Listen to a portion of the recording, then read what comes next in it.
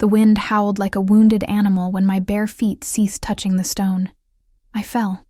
The shadow cliff swallowed me, and for an instant, there was only the silence of the air cutting my face, the cold tearing at my lungs, and the absolute certainty that this was the last sensation I would ever have. The priestess in white was still smiling up there, her perfect teeth gleaming under the moon like the fangs of a satisfied serpent. I should have died like a rat, as she said. Nameless, tombless, just one more body forgotten in the abyss. But something inside me roared. It wasn't a scream. It was an awakening. A wave of heat exploded from my chest, so violent that I felt my bones break and reform in the same second. My skin tore, and in its place, light, pure, silver, impossible. My hands, those perpetually cold hands that only warmed when they touched him, were now claws sinking into the vertical rock face. I didn't fall. I climbed. When my head emerged above the cliff edge, the priestess recoiled. The terror on her face was the sweetest thing I had ever tasted. Sweeter than any stolen crumb. Sweeter than the first kiss the Winter King pressed onto my forehead while I slept, thinking I didn't know. She whispered, her voice trembling, "The prophecy is real." And behind me, a howl ripped through the night.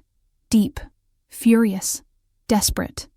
Magnus, my mate, my alpha, the man I was sent to warm, and who ended up melting every wall I built around my hungry heart. But you don't know how we got here, do you? If you want to find out how a starved thief ended up in the arms of the kingdom's most feared king, stay with me. Leave a like, subscribe to the channel. Tell me in the comments where you are listening from. This story is mine, but now it is yours too. Let me take you back to the beginning. To the night I broke into the Moonball, not out of courage, but out of desperation. The night his scent found me even before my eyes did. The night everything changed. Hunger is a funny thing. At first it screams. Your stomach twists, pleads, demands. You think you will die if you don't eat in the next few hours, but you don't die. The days pass, and the hunger stops screaming. It whispers.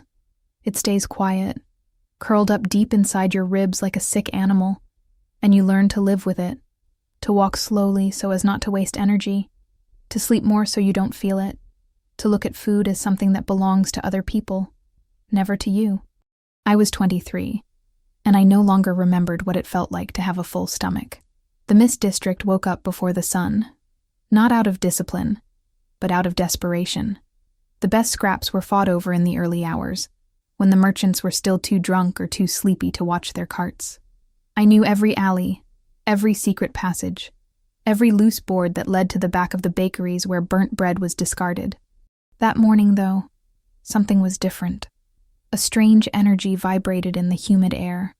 The streets were fuller than normal, and faces I had never seen passed by in a rush carrying fabrics, flowers, barrels of wine. I leaned against a tavern wall and watched, trying to understand. "The Moonball," a husky voice said beside me. It was Marta, the old woman who slept near the dry fountain. She only had one eye, the other lost in a fight decades ago, and she smelled permanently of mildew. But she was the most informed person in the district. "What ball?" I asked. She spat on the ground and scratched her chin. "King Magnus. They say he's dying. The priestess summoned all the noble families for a healing ritual. There will be a banquet at the castle." She laughed, a sound as harsh as scraping stones. Enough food to feed the Mist District for a year, thrown away in a single night. Food. The word lit something in my chest. Not the usual quiet hunger, but something more urgent, more primitive. "When?" My voice came out strange, hoarse. "Tonight, girl. But don't even think about it. Stormhold Fortress has guards at every door. You'd be caught before you got close." I should have listened. I should have nodded, thanked her for the information, and gone back to my damp corner under the bridge where I slept. But my feet didn't obey. My head swam with images of laden tables, of fresh bread, of roasted meat, of fruits I only knew by their smell when I ran past the markets. And there was something else. A tug, subtle at first, like a silk thread wrapped around my sternum, pulling me upward, toward the mountain, toward the black stone castle that rose above the clouds, surrounded by permanent lightning. Stormhold. I had never looked at that place with desire. It was the home of the king, the supreme alpha, a man they said could freeze an enemy's blood with just a glance. A monster, some whispered. An invincible warrior, others said, until the sickness took him. But in that moment, looking at the black towers cutting the gray sky, I felt something that made no sense. I felt like I needed to go. The day passed in silent preparation. I washed my face in the rainwater accumulated in a barrel. I tried to comb my hair with my fingers, but it was useless. The brown strands were so matted they looked like old straw. My skin was too pale, almost translucent, and I could count my ribs if I lifted the rags I wore as a dress. No one would look at me and see a ball guest. But I didn't need to be seen. I needed to be invisible. When the sun began to descend and the first carriages trotted past toward the mountain, I crept through the shadows and followed. I kept my distance, moving through the parallel alleyways, using shortcuts only those who grew up on the streets knew. The climb was steep, and my legs trembled from lack of energy, but the tug in my chest grew stronger with every step, more insistent, almost painful. Stormhold Fortress was even more terrifying up close. The stones were black as coal, and a layer of permanent ice covered the gates even though it was autumn. The cold that emanated from that place was unnatural, biting, and I huddled inside my rags while watching from behind a rock. Guards checked invitations. Nobles stepped out of carriages in shimmering dresses and fur capes, noses upturned, never looking down. At people like me. I needed another entrance. It took an hour of circling the walls until I found it. A service entrance, partially hidden by frozen bushes, where servants were carrying barrels inside. I waited until a larger group passed, blended into the shadows between two carriers, and slipped inside. The castle interior was a brutal contrast. If outside was ice and darkness, inside was golden light and the warmth of monumental fireplaces. Tapestries covered the walls, depicting scenes of hunting and battle. Crystal chandeliers hung from the soaring ceilings, and the floor was polished marble that reflected everything like a black mirror. And the smell. Gods. The smell. Roasted meat with herbs, bread fresh from the oven, ripe fruit, aged cheeses. Each aroma hit me like a punch, and my mouth watered. My stomach, that sleeping animal, awoke roaring. I followed the scent like a possessed creature. The great hall was full of nobles. Women in dresses that cost more than I would see in 10 lifetimes. Men in military uniforms covered in medals. Everyone was talking, laughing, drinking, completely oblivious to the skeletal girl creeping along the walls toward the food tables. I was almost there. My fingers trembled. My heart was pounding so hard I was sure everyone could hear it. Just a few more steps, and I could stuff a piece of bread in my mouth, grab what I could carry, and disappear before anyone noticed.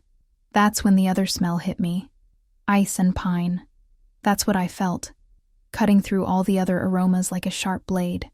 Clean, intense, absolutely dominating.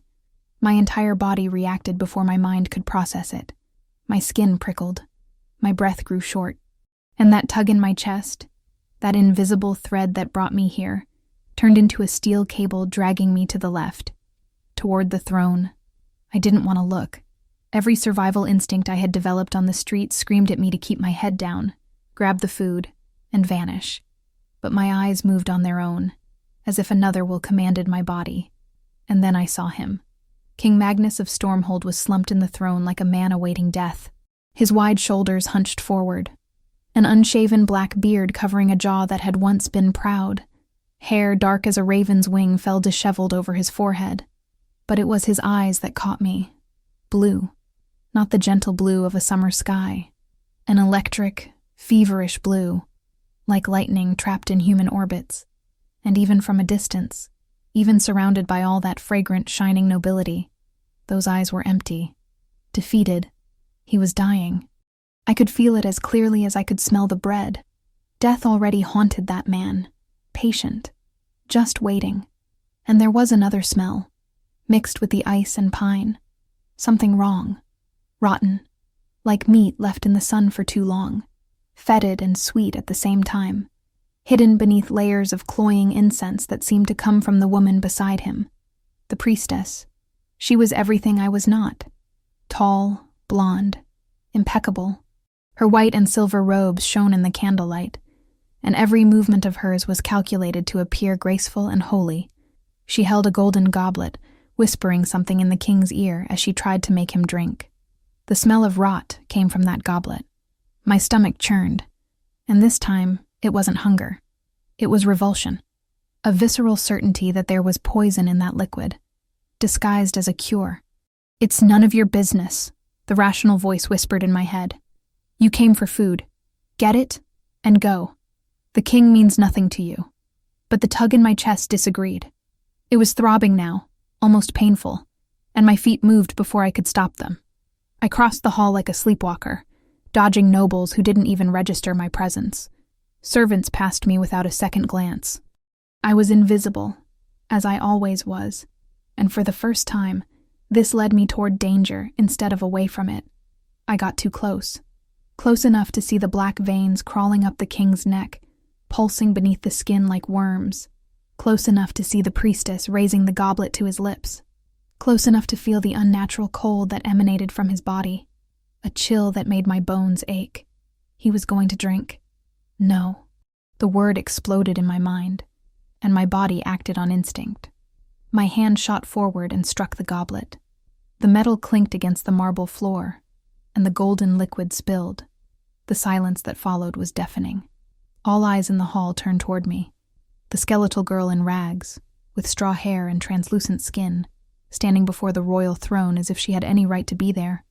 But I didn't see anyone, because the spilled liquid was corroding the carpet, fuming, burning holes in the ancient fabric like acid. "Witch!" The priestess's voice sliced through the air like a blade. "Guards! This creature attacked the king!" I tried to step back, to run, to do what I always did when danger approached. But a hand closed around my arm with iron strength. Ice shot through my skin. I turned my head and met those electric blue eyes inches from mine. King Magnus had risen. His grip was brutal, his fingers freezing my flesh through the thin rags. "Who are you?" His voice was deep as distant thunder, rough with contained pain. I couldn't answer. My arm burned with cold where he touched me, but something strange was happening. Where our skin met, steam rose, hissing, like water thrown onto hot coals. His eyes widened. The pain clouding that feverish blue began to recede. The black veins in his neck stopped pulsing. The stiffness in his shoulders eased for the first time in God knows how long. "What are you doing?" he whispered, his voice laced with something that sounded like astonishment. I wasn't doing anything. I didn't even know what was happening. I just knew that my perpetually cold hands, those hands that could never warm up even near the biggest fires, were hot. Burning, actually. And all that heat flowed into him like water finding its natural course. "She is bewitching the king!" the priestess screamed, hysteria tinting her perfect voice. "Let her go! She's a witch from the Mist District!" But Magnus didn't let go. His fingers tightened even further, and something shone deep in those defeated eyes. Something that looked like life. "Her scent," he murmured, almost to himself. "She doesn't smell like dark magic." His head tilted, and I felt him inhale deeply near my neck. A shiver ran down my spine. "She smells like spring, like wet earth, like home." My heart thundered. My legs trembled. All the energy I lacked, all the strength that hunger had stolen over the years, seemed to be draining away through the point where our skin met. The hall spun. Voices became a distant hum. The king's face, those impossible blue eyes, was the last thing I saw before my legs gave out. "She stays," I heard his voice roar as I fell. Arms caught me before I hit the floor. His cold should have hurt me, but it didn't anymore. It was balancing with the heat leaking from inside me. "No one touches her. No one." And then darkness. Soft, warm, and for the first time in years, safe. I woke up hungry. This was nothing new. I always woke up hungry. The difference was that this time, when I opened my eyes, I wasn't under the damp bridge of the Mist District. I wasn't curled up against a cold wall, trying to steal warmth from my own ribs. I was in a bed. A real bed. The mattress was so soft that for a moment I thought I was still dreaming. Silk sheets slid against my skin, and there was a warm weight over me that felt like a cloud made of feathers. A duvet, my mind whispered. I had heard of them. I had never touched one. I blinked against the faint candlelight and tried to orient myself. The room was enormous, bigger than any space I had ever slept in, bigger than the entire tavern where Marta sometimes took shelter. Black stone walls rose to an arched ceiling, but tapestries in shades of dark blue and silver softened the austerity. A fireplace crackled across the room, casting dancing shadows. And there was ice on the windows. Even with the fire lit, even under all those soft layers, I could see ice crystals forming in the corners of the glass. The cold of this place was alive, present, like a creature waiting for its chance to attack. I tried to sit up, and that's when I realized I wasn't alone in the bed. My heart pounded. Slowly, afraid of what I would find, I turned my head to the side. King Magnus of Stormhold was lying less than a hand's width away. His eyes were open. That electric blue watched me with an intensity that should have made me jump out of bed and run. But I couldn't move. I couldn't look away. It was like being trapped in the center of a storm, completely at the mercy of forces beyond my control. "You're awake," he said. His voice was different than before. Still deep, still carrying the weight of distant thunder, but less rough, less broken. My own voice came out as a scratch. I cleared my throat and tried again. Where am I? My chambers. My chambers. As if this were normal. As if hungry girls from the Mist District woke up in the king's bed every day. Why? The question escaped before I could stop it. Something flickered in his eyes. Frustration, perhaps, or curiosity. Because every time you move away from me, he said slowly, as if explaining something obvious to a child, the pain returns. I frowned. What pain? In response, he lifted his left hand. I watched, confused, as he slowly moved it away from the space between us. His fingers moved perhaps 8 inches before I saw it. The black veins. They began to pulse under the skin of his wrist, crawling upward toward his elbow. His jaw clenched. The tendons in his neck stood out, and the cold in the room, which was already intense, became biting. My breath came out in white clouds. "Do you understand now?" he said through gritted teeth. Without thinking, I reached out my hand and touched his arm. The effect was immediate. The veins receded. The cold diminished. The tension in his shoulders dissolved, and he released a sigh that seemed to come from the depths of his soul. Where our skin touched, steam rose gently. "What is happening to me?" I whispered. "I was hoping you could tell me." I swallowed hard. "I don't know. I swear I don't know. I'm just a nobody. A thief from the Mist District. I have no magic, no power at all." His eyes studied me for a long moment. Looking for lies, I knew. Looking for signs of betrayal, of sorcery, of any explanation that made sense. "You knocked over the goblet," he said finally. My stomach sank. I didn't mean to. It was instinct. I felt like something was wrong. The smell. What smell? I hesitated. How to explain something I didn't even understand myself? "Poison," I murmured. The liquid smelled like poison. And the woman in white? I swallowed hard again. She smelled the same. The silence that followed was heavy. The king stayed very still, just watching me with those storm eyes. "Priestess Guinevere," he said, his voice dangerously low, "is the spiritual leader of this kingdom. She has been caring for my health for months. She is killing you." The words came out before I could stop them. I covered my mouth with my hand, horrified by my own audacity. Who was I to accuse someone so powerful? A street rat pointing a finger at a priestess. He could have me executed for that. But Magnus didn't have me executed.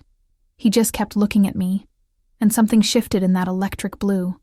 A spark of something that looked almost like hope, quickly suffocated by layers of distrust cultivated over years. "The liquid corroded the carpet," he said, almost to himself. "My guards reported it." "Then you know I'm not lying."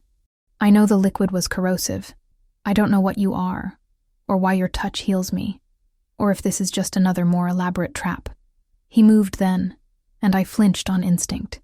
But he only sat up in the bed, his back resting against the carved headboard.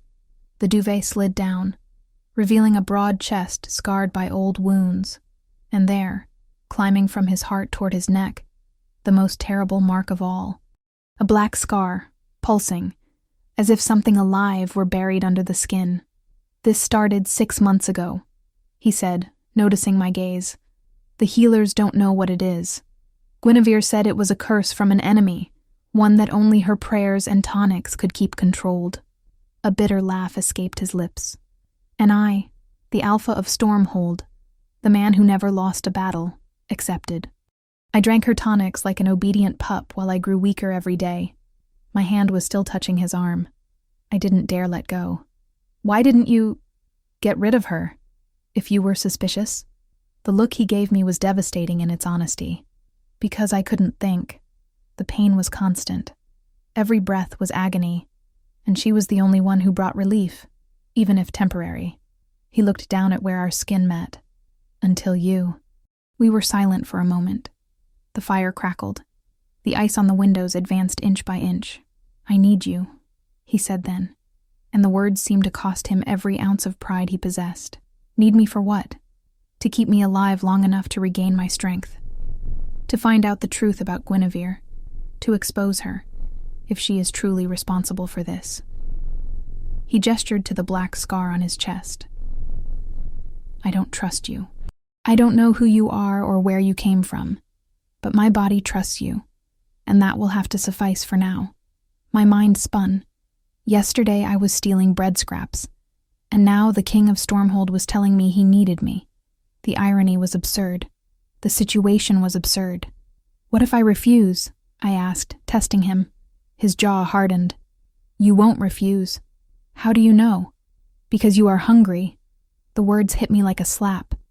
I felt my face burn with shame, with anger, with humiliation. He saw exactly what I was. A famished, desperate creature who could be bought with the promise of a meal. And the worst part, he was right. "What do you propose?" My voice came out cold, controlled, the voice I used when negotiating with other thieves in the district. "An arrangement. You stay in Stormhold, sleep in my chambers to keep the curse controlled during the night. In return, you will receive food, clothing, protection. Sleep in your chambers," I repeated slowly. "In your bed. Don't look at me like that. I am dying. I am not a predator." There was a touch of offense in his voice. "You will sleep beside me because proximity seems to be necessary. Nothing more. Nothing more." As if sharing a bed with the most feared alpha in the kingdom was trivial. But he was right about one thing. I was hungry. And for the first time in years, someone was offering me more than scraps. "All right," I said, "but I want 3 meals a day. Hot meals, and clothes that aren't rags." Something that might have been amusement crossed his face. "Done. And if the priestess comes after me, you protect me. You will be untouchable. My word as Alpha." I extended my free hand, the one that wasn't holding his arm. "Deal." He looked at my hand for a moment. Then, slowly, he wrapped his own around it. His palm was enormous against mine, cold as marble. But where we touched, that strange heat flared again. Steam rose between our intertwined fingers. "Deal," he repeated. And just like that, with a handshake sealed over silk sheets, I became the personal hot water bottle of the King of Stormhold. The irony did not escape me, nor did the fact that, for the first time in memory, my stomach didn't ache from emptiness. Not because I had eaten, but because something bigger occupied the space. Fear, hope, and that strange tug in my chest, now stronger than ever, telling me I belonged exactly here, next to him. The first few days were strange. Not the kind of strange I was used to. The dangerous strange of the streets, where every shadow could hide a threat. It was a soft, disconcerting strange, like wearing clothes that aren't yours and realizing they fit better than anything you've ever owned. The first meal arrived the morning after our agreement. A low-eyed maid entered carrying a tray so heavy her arms trembled. She set it down on a table near the fireplace and left without a word, without even glancing in my direction. I waited until the door closed, then approached slowly, like an animal suspicious of a trap. Fresh bread, still warm, with a golden crust that shone with butter, scrambled eggs with herbs, slices of ham as thick as my thumb, yellow cheese, red berries, a pitcher of milk so white it seemed impossible. My hands trembled as I picked up the bread. I wanted to stuff everything in my mouth at once, chew and swallow before anyone noticed the mistake and took it away. That was how I ate on the streets. Fast, hidden, guilty. No one will take that from you. Magnus's voice made me jump. He was sitting up in bed, watching me with those storm eyes. I hadn't realized he was awake. Eat slowly, he continued. Your stomach isn't used to it. If you eat too fast, you'll get sick. I hated that he was right. I hated even more that he knew things about hunger that a king shouldn't know. But I obeyed. The first piece of bread melted on my tongue, and I had to close my eyes. Butter, salt, wheat, warmth, sensations so simple, so basic, and yet my eyes stung with tears that I refused to shed. I ate slowly. I chewed every piece until it turned to paste. And when I finished, my stomach ached from fullness for the first time in years. It was a wonderful ache. The following days established a quiet routine. In the morning, the maid brought breakfast. Magnus and I ate in near silence, him watching me devour every crumb while barely touching his own portion. Afterward, I was left alone while he tried to resume his royal duties, always with trusted guards nearby, always for short periods, because the curse gave no quarter. Every time he moved too far away, the black veins began to pulse. The pain returned gradually, like a rising tide. I learned to feel when it happened, a twinge in my own chest, a distant echo of his suffering. I waited, restless, until the door opened and he entered again, his face tense, his shoulders hunched. He never asked, too proud for that. I would simply approach and touch his arm, or his shoulder, or his icy hands. The steam rose, the pain receded, and he sighed, as if emerging from deep water. We didn't talk much at first. He wasn't a man of words, I realized quickly. Magnus spoke with his eyes, with his posture, with the heavy silences that filled the space between us. I, in turn, didn't know what to say to a king. My vocabulary consisted of street slang and muttered curses. Nothing that belonged in a castle. But little by little, fragments of conversation began to emerge. "Do you have family?" he asked one night, while we lay side by side in the dark. "No. None. Dead. Or they abandoned me. I don't know which. It doesn't matter anymore." Silence. Then, almost gently, "It matters." I didn't answer. I didn't know how. "And you?" I finally asked, turning the tables. "Family? My parents died 10 years ago. I have no siblings. The pack is my family now." "The pack?" "Stormhold. Everyone who lives under my protection. It is my responsibility." The way he said that, laden with weight, made something squeeze in my chest. I looked at the stone ceiling and thought of all the people in the Mist District, abandoned, forgotten, surviving on scraps. They also lived under his protection, technically, but he didn't know that. Or maybe he did, and the guilt was just one more burden among many. I didn't ask. In the second week, my body began to change. It wasn't dramatic. I didn't wake up transformed overnight. But each morning, when I looked at myself in the royal bathroom mirror, I noticed small differences. My skin lost that sickly transparency. It gained color, life, a protective layer I hadn't had in years. My cheeks, once hollow, began to fill out. My arms lost the stick-like appearance, and subtle curves began to emerge where there had only been bones. And my hair. I noticed it one morning, while trying to untangle the matted mass. At the root, where the new growth emerged, the strands were no longer brown. They were silver, bright as moonlight. "Your hair is changing," Magnus observed that night, his gaze fixed on the top of my head. "I know." I touched the silver roots, confused. "I don't understand why. Perhaps it is who you truly are, emerging now that you have the strength for it." I didn't know how to answer. Who I really was. A thief, an orphan, a nobody. That was all I had ever been, all I knew.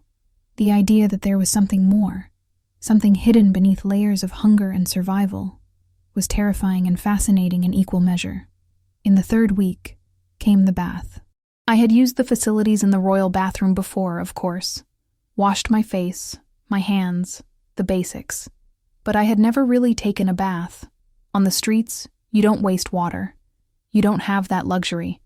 There is a tub in the chambers, Magnus said one afternoon, his tone carefully neutral. Hot water. You should use it. I looked at the bathroom door, then back at him. I don't know. I didn't finish the sentence. I didn't know how to explain that I had never been in a bathtub, that the idea of all that water surrounding me was strange and a little scary. Magnus didn't ask. He just stood up and went to the door, opened it, and I saw the steam escaping from inside. The tub was stone, enormous, and the water was steaming invitingly. Get in, he said simply. My heart was pounding too hard, but I went into the bathroom. I undressed with trembling hands, avoiding looking at my own thin body in the mirror, and then, slowly, I put one foot in the water. The heat embraced me like a living thing. I slid in with a sigh that was almost a sob. The water covered my ribs, my shoulders, my neck. It was so hot it almost hurt, but it was the kind of good healing pain. I don't know how long I stayed there, just floating, letting the warmth penetrate bones that had been icy for years. Then I heard the door. The steam stopped coming out. Magnus's voice came from outside. The water is cooling. May I come in? My first instinct was to scream no, to sink into the water until only my eyes showed. But before I could answer, he was already in the bathroom, carrying a metal kettle. Hot water, he explained, pouring the contents into the tub. The heat enveloped me again. You've been in there for an hour. I thought you had drowned. An hour. It felt like minutes. He should have left. I should have demanded that he leave, but neither of us moved. Magnus knelt beside the tub, his blue eyes fixed on me with something I couldn't decipher. It wasn't lust. It wasn't pity.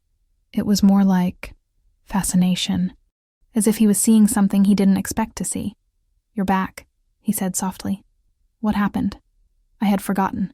The scars, marks from a belt, a stick, hands that were too heavy, memories of a childhood I preferred not to revisit. Life on the streets, I replied, my voice neutral. A low sound escaped him, something between a growl and a sigh. His icy fingers touched my shoulder and I flinched. May I? He asked, holding a sponge. I should have said no. I should have protected what little dignity I had left. But the truth was, I was tired of protecting myself, tired of always being on guard, always ready to run. I nodded. He washed my back in silence. His hands were enormous. That's what I thought as I felt the sponge slide over my back, too gentle to belong to a warrior, too careful to belong to a king. Every movement was deliberate, avoiding the most sensitive scars, mapping my destroyed skin as if he wanted to memorize every mark. I should have been afraid. I should have been ashamed, exposed, vulnerable. But the hot water had dissolved something inside me, some wall I didn't even know existed. Who did this? His voice was low, controlled, but I felt the anger behind the words. An anger that made the temperature of the bathroom drop a few degrees. It doesn't matter anymore. It matters to me. I turned my head, meeting those blue eyes over my shoulder. Steam rose between us, creating a translucent curtain that made everything unreal, like a dream I didn't want to wake up from. Why? I asked. You've known me for weeks. I'm just a tool to you. A hot water bottle, remember? Something crossed his face. Pain, perhaps. Or regret. I shouldn't have said that. But you did. I was dying. He dropped the sponge in the water and moved away, sitting on the stone floor with his back against the wall. Pain makes me cruel. It's not an excuse, but it's the truth. I remained silent for a moment, watching him. He looked smaller like that, sitting on the floor, his shoulders hunched, the black scar pulsing softly on his exposed chest beneath his open shirt. He didn't look like a king.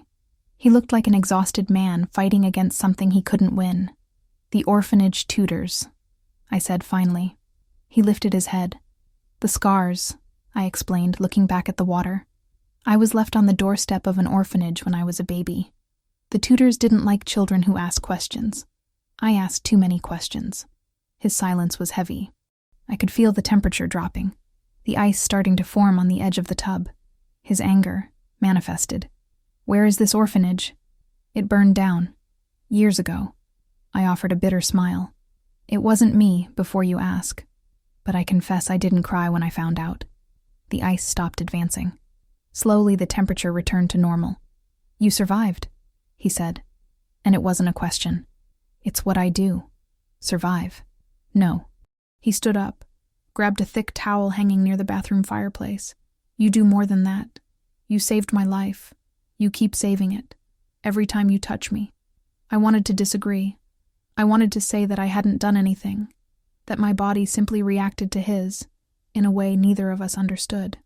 But the words died in my throat as he extended the towel to me, his gaze respectfully averted. "Thank you," I murmured, stepping out of the water. "Don't thank me." He still didn't look. "I should have offered this sooner. Days ago. A pause. I'm not used to caring for anyone. And I'm not used to being cared for." Finally he looked. And something passed between us in that moment. Something I didn't have a name for. Recognition, perhaps. Two solitary creatures realizing that the other's loneliness was a mirror of their own. The following weeks melted into one another. I gained weight. I gained color. I gained strength. And my hair continued to change, the silver advancing inch by inch, swallowing the dull brown of my former life. Magnus also changed. The black scar stopped pulsing so violently. The dark veins receded from his neck, now concentrating only on his chest. He could stay away from me for longer periods, 2 hours, sometimes 3, before the pain brought him back, and he started to smile. They weren't wide smiles. They weren't laughs. They were small upturns at the corner of his lips, flashes of humor that appeared when I said something unexpected or made a face at food I found too strange. "You've never eaten asparagus?" he asked one night, watching me poke the green vegetables with suspicion. "It looks like cooked grass. It's considered a delicacy." "By whom? Cows?" And there it was, that near smile that made my heart stumble. We slept side by side every night.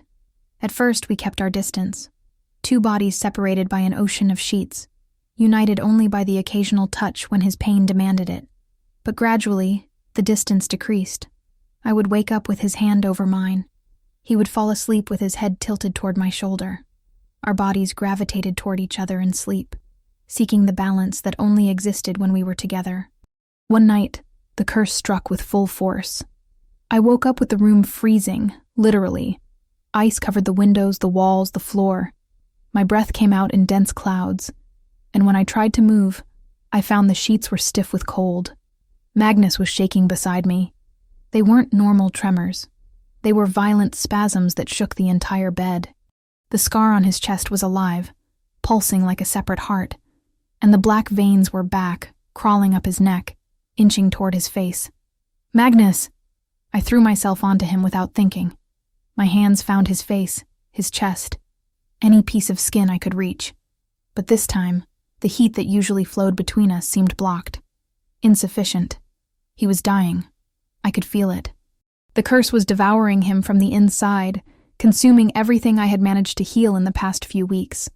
And my touch, no matter how desperate, wasn't enough. "No," I snarled, and the word came out differently, deeper, wilder. "You will not die. You will not."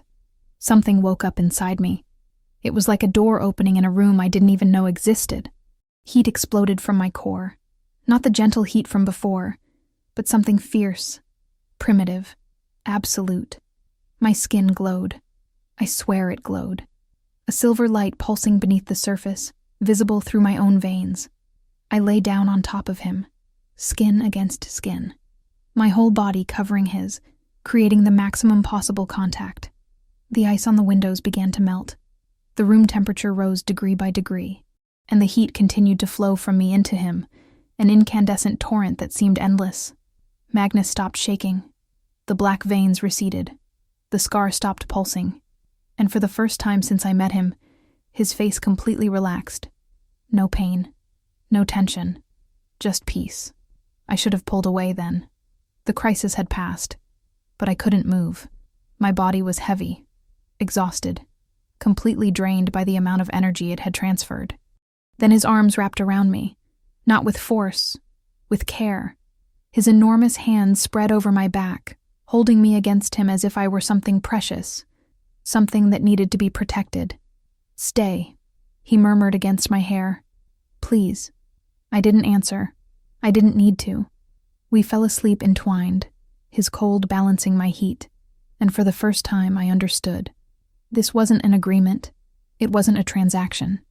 It was something deeper, older, something that existed before us, and would continue to exist after. I belonged to him, and he, in some impossible, terrifying way, belonged to me. When I woke up the next morning, he was still holding me. Sunlight streamed through the ice-free windows, warming my exposed skin. I could hear birds singing outside, something that had never happened since I arrived at Stormhold. The castle was always too cold for birds. Magnus was sleeping soundly, not the tense, superficial sleep of the previous weeks. A true, restorative sleep. The dark circles under his eyes looked lighter. His jawline was relaxed, and the scar on his chest, though still present, had lost that angry, inflamed appearance. I had done that. I, a starved thief from the Mist District. I lay there for a long time, just watching him breathe, counting the beats of his heart against my ear, memorizing every detail of that moment, just in case it was the last, because something told me the peace wouldn't last.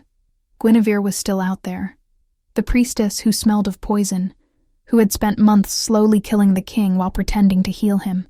She knew I was here. She knew something had changed, and people like her didn't accept defeat. But in that moment, with the sun warming my skin and Magnus's arms around me, I decided not to think about it. For the first time in my life, I had something good, and I was going to hold on to it with all the strength I had left. Magnus did not wake up. In the first hour, I wasn't worried. He needed rest after the previous night. The curse had attacked with everything it had, and my body had responded with a strength I didn't even know I possessed. It was natural that he was exhausted. In the second hour, the unease began. I sat up in bed, watching him. His chest rose and fell at a slow rhythm, much slower than normal. His skin had lost that grayish tone of the first few days, but it was pale in a different way, translucent, as if he were between two worlds. "Magnus?" I called softly. Nothing. I touched his face. It was warm, not icy as it usually was. That was good, I told myself. It meant the curse was receding. It meant the cure was working. But he wouldn't wake up. I went to the door and called the guard who always stood outside. A huge man named Bram, one of the few Magnus said he truly trusted. "The king won't wake up," I said, trying to keep my voice steady. "Something is wrong." Bram entered, looked at Magnus in bed, and to my surprise, his shoulders relaxed. "The sleep of the ancients," he said, almost with reverence. "What?" "It's an alpha thing." He approached the bed, checking Magnus's pulse with thick fingers. "When the body is very damaged, it enters a kind of coma. Deep regeneration. It can last a day, sometimes longer." I processed the information slowly. "So he's okay? He's healing?" "He is truly healing. For the first time in months." Bram looked at me with something that resembled respect. "What did you do tonight, girl? I've never seen the king so peaceful." I didn't know how to answer. I just returned to the bed and sat next to Magnus, taking his hand in mine. The heat flowed between us, gentle now, like a quiet current. "He will wake up," I said, more to myself than to Bram. "He will. And when he wakes up, he'll be stronger than he has been in a long time." He paused at the door. "I'll stay out here. If anything happens, just call." The hours dragged on. I didn't leave his side. Maids came and went, bringing food that I barely touched. The fireplace was refueled 3 times. The sun crossed the sky and began to descend, painting the room in orange hues. And Magnus kept sleeping. I had fallen asleep with my head resting on the mattress, my hand still holding his, when the sound woke me. Footsteps. Not Bram's heavy steps, nor the maid's light ones. They were deliberate, calculated steps, accompanied by the rustle of fine fabric and a smell that made my stomach turn, cloying incense, and beneath it, Rot. Guinevere. I jumped out of bed, placing myself between the bed and the door. The priestess stood in the doorway, her white and silver robes gleaming in the twilight. Behind her, 4 men in immaculate armor, the paladins of the moon. I knew without needing to ask. Where is Bram? My voice came out firmer than I expected. The guard? Guinevere smiled, a smile that didn't reach her eyes. He had to attend to an emergency at the gates. A false emergency, of course, but he doesn't know that. My heart pounded.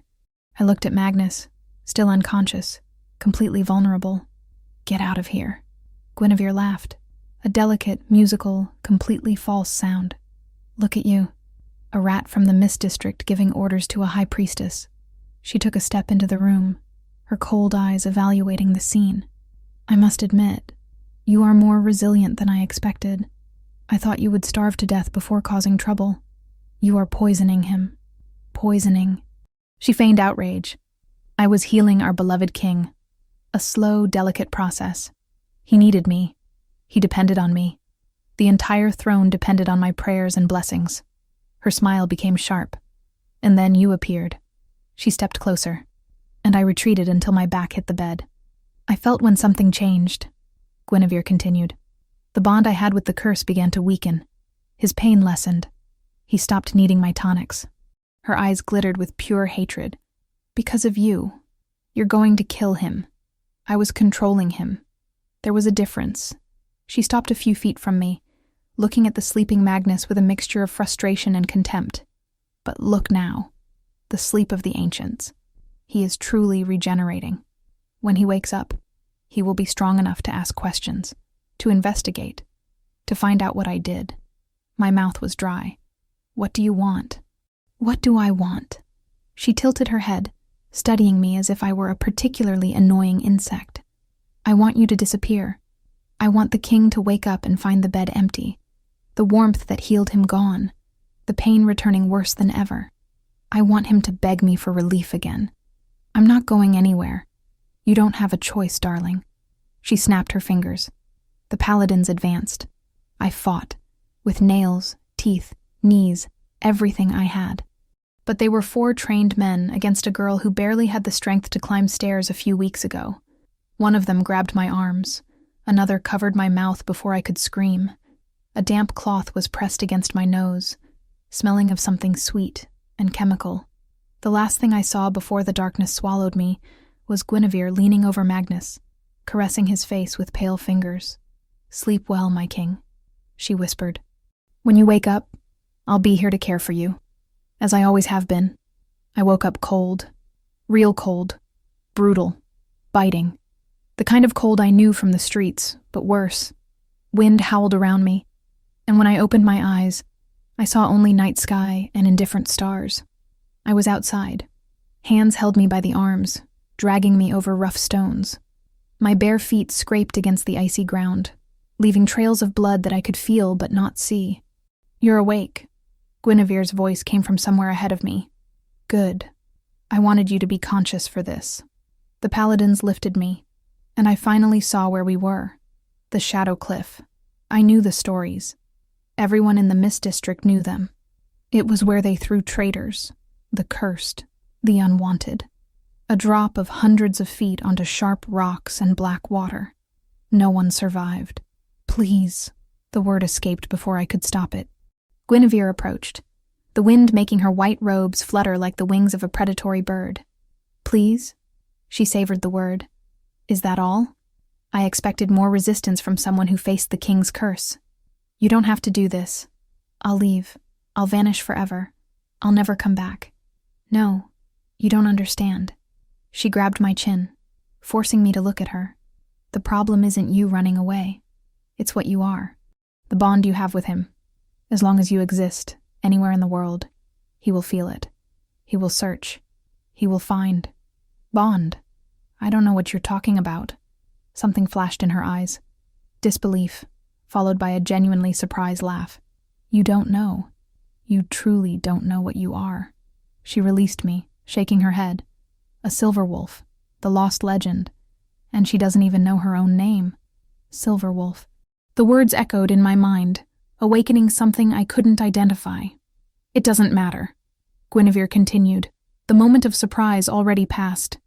Legendary or not, you die the same as any other creature when you fall from this height. She gestured to the paladins. They dragged me to the edge. My feet touched the void. Stones broke loose and fell, taking an eternity to hit the bottom. The wind pulled at my hair, my rags, trying to tear me from the arms that held me. Any last words? Guinevere asked, almost politely. I looked at her. At that perfect face, those eyes devoid of compassion. He will find out, I said. When he wakes up, he'll know what you did. When he wakes up, you will be nothing more than a feverish nightmare, a hallucination caused by the curse. She smiled. And I will be the saintly woman who saved him from a witch. She nodded. The arms released me, and I fell.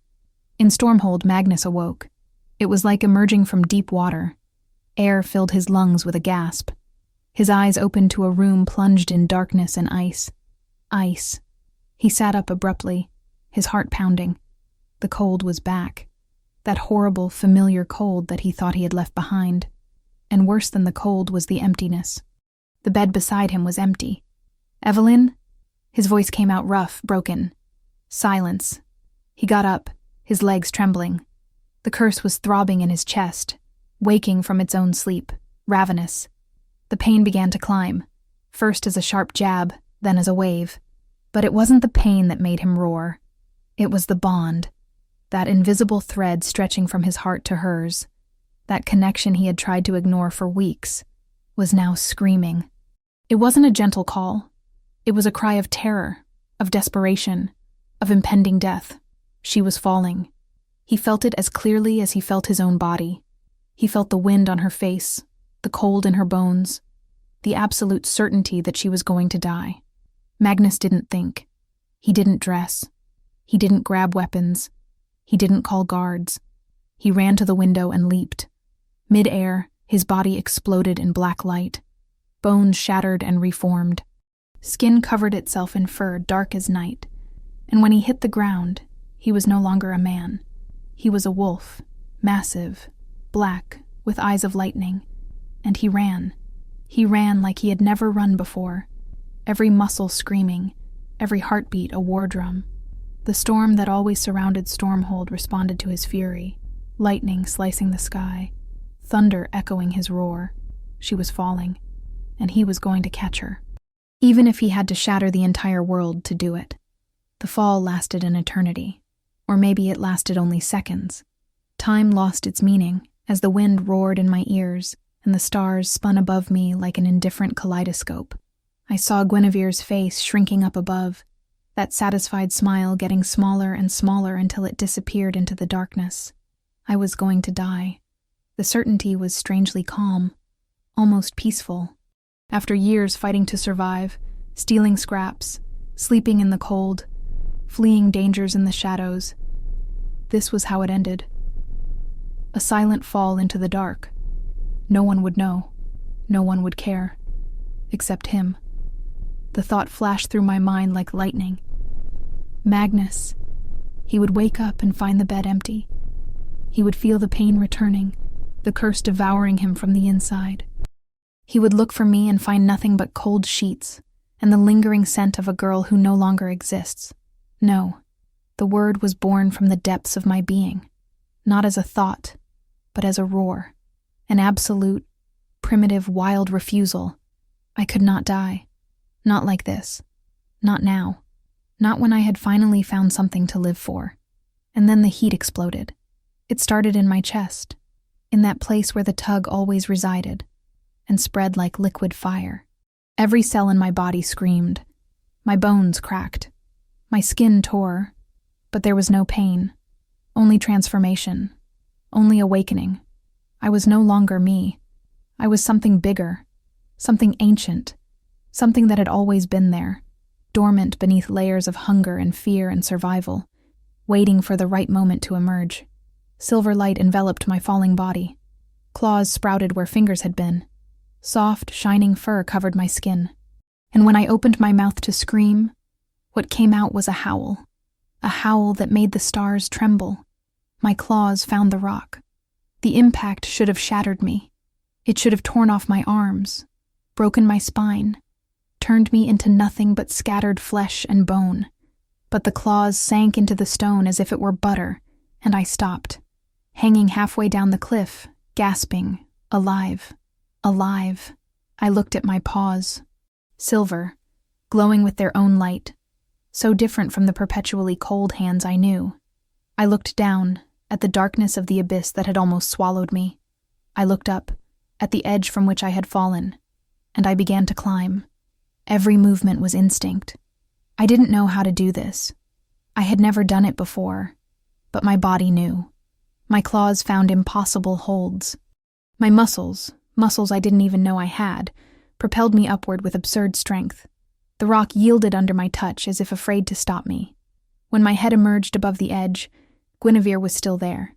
She had turned to leave, probably satisfied with the job done, the paladins forming a protective semicircle around her. None of them looked back. Why would they? No one survived the shadow cliff. I planted my paws on the stone and rose. The light emanating from my body illuminated the night like a second moon. Silver, pulsing, impossible to ignore. The shadow I cast stretched across the rocky ground until it touched Guinevere's heels. She turned. The scream died in her throat. I was enormous. I hadn't realized until I saw the scale on her face, the absolute terror in eyes that seconds ago shone with triumph. I was a wolf, but not a common wolf. My fur radiated light. My claws sparked, and my eyes, I could feel, burned like silver embers. Impossible, Guinevere whispered. I took a step toward her. The ground trembled. The paladins positioned themselves, swords raised, but I could feel their fear. I could smell it, acidic and pungent, leaking from every pore. They were trained warriors, accustomed to monsters and battles, but they had never seen anything like this. No one had seen anything like this in centuries. The prophecy. Guinevere backed away, her composure finally breaking. The silver wolf. It's real. It's real. Another step. Another tremor. Kill her, the priestess screamed, her voice shrill with panic. Kill this creature! The first paladin lunged. I didn't even have to think. My body moved, fluid and lethal. Claws sliced the air. Armor shattered like paper. The man flew backward, unconscious before he hit the ground. The second paladin hesitated. It was his undoing. I was on him before he could raise his sword. My weight knocked him down, and a deep growl escaped my throat, reverberating through the rocks. He dropped his weapon and covered his face with his hands, trembling. The other two fled. They simply dropped their weapons and ran into the night, their loyalty to the priestess evaporating in the face of primitive terror. Guinevere stood alone, her white robes stained with dust, her platinum hair disheveled by the wind. She raised her hands. Golden light sprouted from her palms, forming symbols in the air. Magic. The same magic that had created the curse, that had poisoned Magnus for months, that had thrown me from the cliff hoping I would die. The magic hit my chest, and I swallowed it. That's what it felt like. The golden energy flowed into me like water being drained, and I tasted it. Bitter, corrupt, sickening, but not powerful, not against me. I was the cure. The curse could not touch me. Guinevere looked at her own hands, now empty, trembling. "What are you?" she whispered. I didn't answer. I couldn't, not in that form, but I took another step, and another, until I was close enough to feel her fear as a physical presence. That's when the howl ripped through the night, deep, furious, desperate. I knew that sound. I knew it in my cells, in my blood, in that deep place where the bond resided. I turned my head and saw. He was running up the slope. A black wolf, massive, with eyes of lightning that gleamed in the darkness. The storm followed him, literally. Clouds gathered over his head, and lightning struck the sky with every step he took. The earth trembled beneath his paws. Magnus. He stopped a few feet away, and I felt the exact moment he truly saw me. The shock that ran through the bond. The disbelief. And then, something deeper, more intense. Recognition. His eyes, blue as lightning, met mine, and I knew that he knew. He knew what I was. He knew what this meant. The silver wolf. the prophesied mate, the cure for the Alpha of the storm. Guinevere took advantage of the distraction to run. Or try to. Magnus was faster. The black wolf intercepted the priestess in 2 bounds, knocking her to the ground with a growl that made the stones vibrate. She screamed, struggled, tried to conjure more magic, but his fangs were inches from her neck. One movement, and it would all be over. But he didn't kill her. Instead, he looked at me, waiting, asking without words. And I understood. The choice was mine. The vengeance was mine. She had tried to kill me, had poisoned my mate, had caused unimaginable suffering. I had every right to end her right there. But I was no longer the hungry girl who only thought about surviving. I took a step back, then another, and slowly, very slowly, I let the silver light diminish. I let my bones rearrange, my skin return to normal, my body shrink until it was just me again, just Eveline, kneeling on the cold stone, gasping, naked under the starlight, but no longer invisible, never again invisible. She will face judgment. My voice came out rough, strange after so long in silence. Before the entire kingdom, everyone will know what she did. The black wolf tilted his head, and then he too transformed. Magnus emerged from the light, as naked as I, but without any shame. He stood, tore the cloak from one of the fallen paladins, and wrapped it around my shoulders with a tenderness that contrasted with the violence of seconds ago. "As you wish," he said, his deep voice carrying something that sounded like reverence. "My queen." And for the first time in my life, I didn't feel hunger.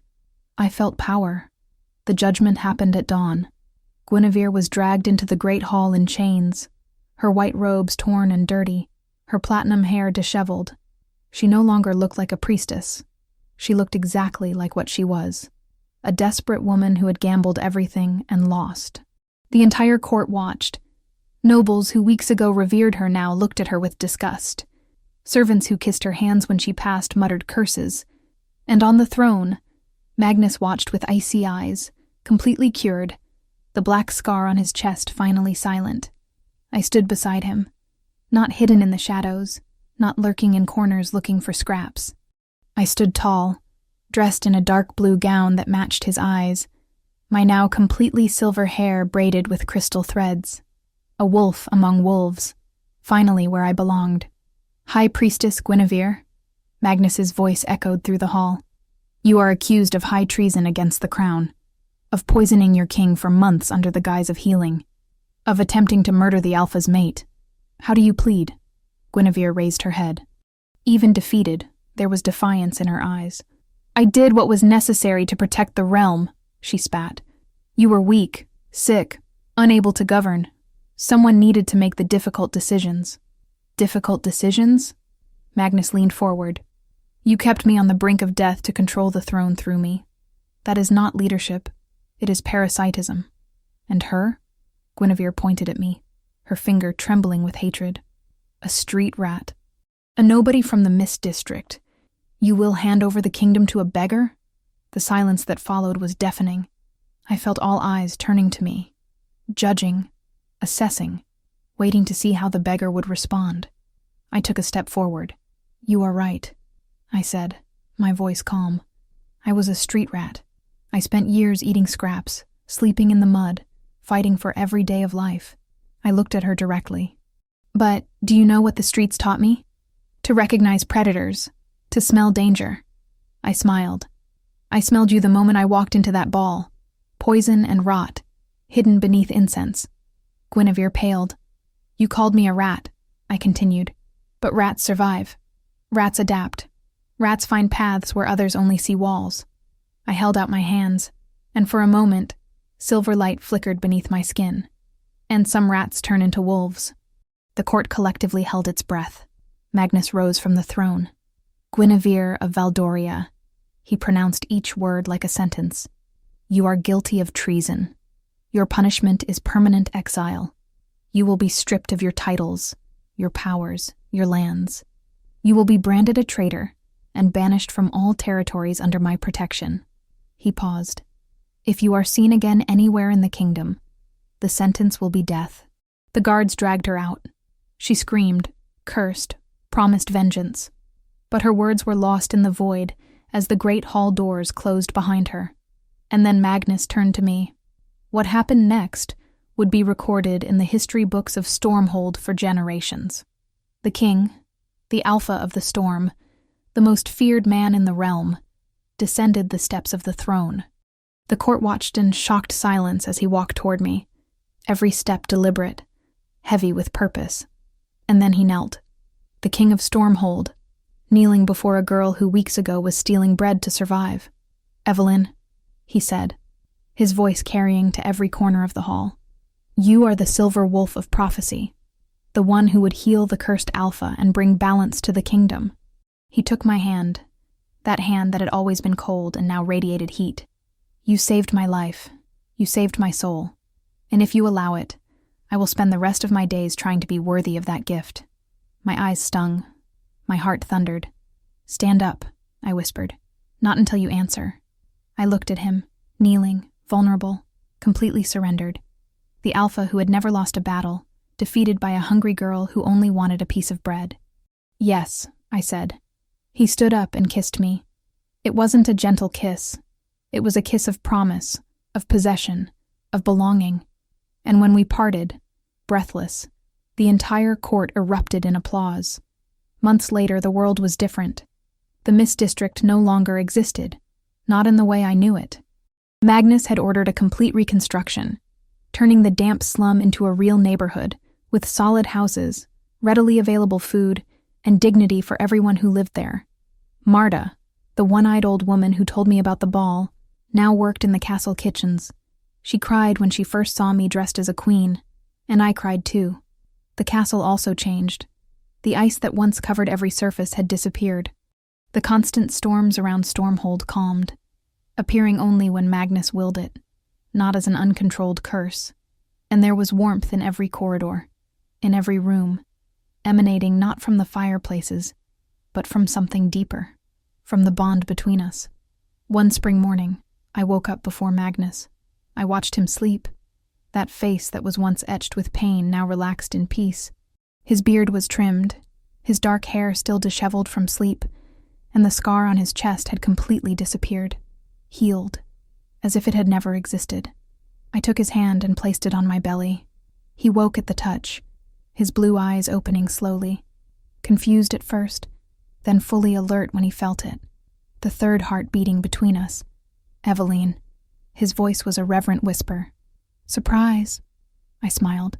He pulled me into his arms, laughing and crying at the same time, the king of Stormhold reduced to a completely smitten man, and I let myself be enveloped in that embrace, in his warmth that was no longer ice, in the bond that pulsed between us like a song only we could hear. Outside, birds were singing. The sun shone over a kingdom at peace. And I, Evelyn, the silver wolf, the girl who was once invisible, finally had a home. "What are you thinking about?" Magnus murmured against my hair. I smiled, remembering a distant night, a ball full of light, a table of food that seemed like an impossible dream. "I'm thinking," I said, "that I came to steal bread, and I ended up stealing the Winter King's heart." He laughed, and the sound filled the room like a blessing. "Thief," he whispered.